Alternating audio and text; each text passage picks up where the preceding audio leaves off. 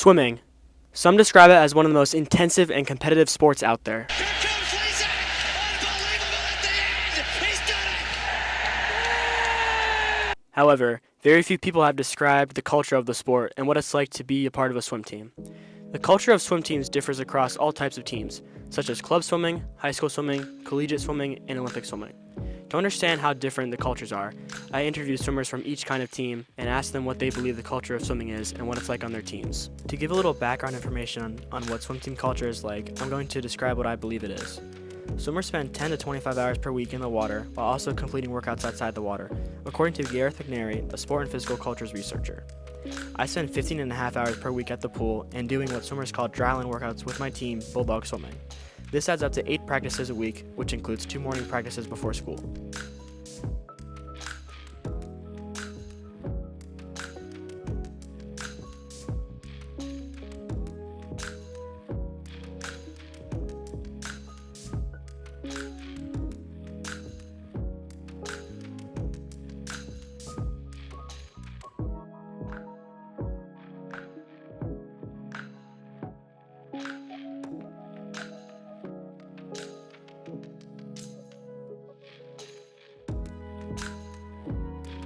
That being said, I do not hang out with friends outside of swimming all that much. For example, on Halloween this year, my friends from school texted me and asked if I wanted to hang out. I said, I can't, I have swim practice. They were confused as to why I had practice on Halloween, but for me, it was normal. My team and I practice year-round except during August. We also compete across Connecticut in swim meets at least once a month, while also traveling to competitions in Massachusetts, Florida, California, and Indiana. The culture of my swim team can be competitive while also being fun and an inclusive environment. For example, we just had a home swim meet at Southern Connecticut State University. For the meet, we were divided into 2 different teams, the blue team and the white team. Whichever team scored the most points won the meet, which ended up being the white team, aka my team. With the added competition, I had a great time this past weekend. The culture of swimming can also be negative. Sometimes at meets, if swimmers perform poorly, they can get upset. Part of my team culture is supporting each other through our ups and downs, ensuring that we can stay positive. One of my claims is that club swimming culture is different from high school swimming culture. To find this out, I interviewed 2 of my teammates from Bulldog Swimming. The first person I interviewed was Addison. She describes the culture of our team and how swimming is such a unique sport. Hi, my name is Addison. I'm a junior at Bunnell High School and I swim for Bulldog Swimming. Swimming is unique because it takes up not only a lot of time for practices, but when we have meets, they're like 5 hours long and they're in the morning and then we have to come back at night again. And usually, like other sports, are usually just an hour of games. So swimming takes up all weekend.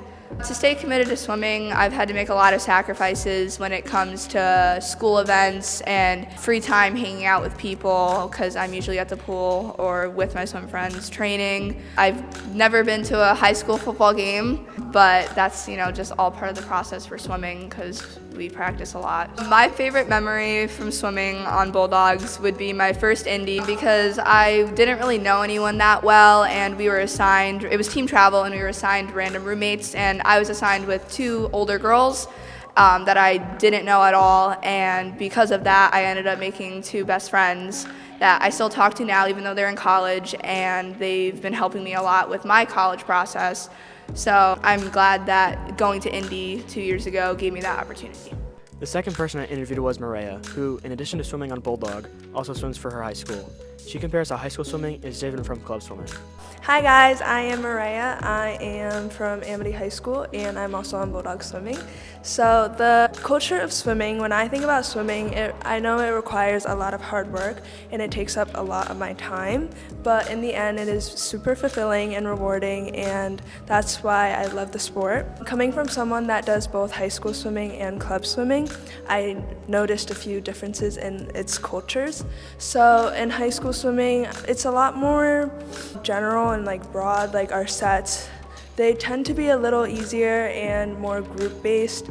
Also, I'm training with all girls, which is a different environment than club swimming, where I'm training with both guys and girls, and the age range differs a lot more than high school. Also, in high school, I'm representing my school, and that's a different feeling. Fitting in both high school swim practice and club swim practice on top of school can be really challenging sometimes, so I've had to learn to manage my time really well, do some work at school, get my homework done as fast as possible. Sometimes I've had to stay up later, but in the end, it's all worth it. I think what makes swimming such a unique sport is the training that goes into it. Talking to a lot of my friends that do other sports, they are so surprised when I say I have morning practice. I wake up at 4 a.m. to swim for an hour, and then I have to swim again at night. I swim every day, and on Saturdays too. And then for winter training, we're doing doubles for a whole week, and we end our week with 100. So it's a lot of work, but I think a part of that is like we become so close with our team, and I think that's also super unique, having this bond with our teammates. Like they're a second family to me, and I think that's makes swimming really special because not every athlete has that kind of feeling. My favorite memory from high school swimming would have to be winning SEC championships. I know that meant a lot to our team because we were against Cheshire and that was our rival team, so getting a win was something huge for us, and I've become so close with the team this year, and especially the seniors, so having a win at championships kind of made it extra special because it was like a gift for our seniors. And also our coach jumped in the pool when we won, and it was like a really special memory. Hearing from both my teammates, the culture of club swimming and high school swimming is different in how the teams practice and the environment they both create, but they are similar in the way the swimmers support each other. I believe that club team culture is better because swimmers meet new people and typically have harder practices, which ultimately brings them to the next level. My second claim is that collegiate swimming culture is different from Olympic swimming culture. According to college swimmer Evangelina Vasilakis, the 6 key things that are essential to swim team culture are personal moments, meal times, roommates, unity, the chlorine smell, and the language. I can agree with most of these as they relate to the culture of my team, but these claims are mostly associated with the culture of college swimming. I interviewed my 2 swim coaches to support my second claim. My primary coach, Rob, has been my coach for almost 6 years. He attended Yale University and swam on the men's swim team. In this clip, Rob defines the culture of the Yale swim team and states how he has contributed to the team's everlasting legacy. Culture is unity, where many become one. Culture is sharing values, beliefs, virtues, and attitudes. Culture is history, respecting the past, honoring the present, setting a template for the future. This team becomes your life for 4 years, perhaps less, but no more. There is no other choice but to surrender to the common vision that has been laid for decades before you and will exist decades after you depart. The team is your life, and with that comes sacrifice of your body, of your mind, of your life force, not for individual glory, but for the glory of the team. But strong culture is fleeting, it is delicate and uncertain. Sometimes it doesn't even exist at all. To appreciate a strong team culture is to experience an anemic one. A supposed team, rather a mere collection of individuals striving for different goals, pursuing only personal glory. But in rare instances, there exist collectives that are willing to sacrifice, to use the small amount of time that they have together to strive for something greater than they could possibly achieve alone. They create a culture from nothing, no shared history, no shared beliefs, to go into battle arm in arm with others who in another life would be a stranger. This is culture. To not just be observers of a history, but to be participants. 2 teams share this one space. They are inextricably linked but separate enough to lament their differences. But culture can be passed down or created, and both approaches should be celebrated. I walk the halls of these ancient grounds and rejoice being the sole participant of both of these cultures. My legacy of these tandem cultures is the memory I become to its members. And I hold hope that the memory I have become is a good one.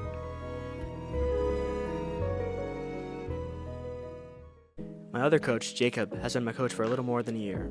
He swam for the University of California, Berkeley, and then for the U.S. Olympic team at the 2016 Olympic Games in Rio. At the beginning of the swim season this year, he started coaching the early morning practices before school.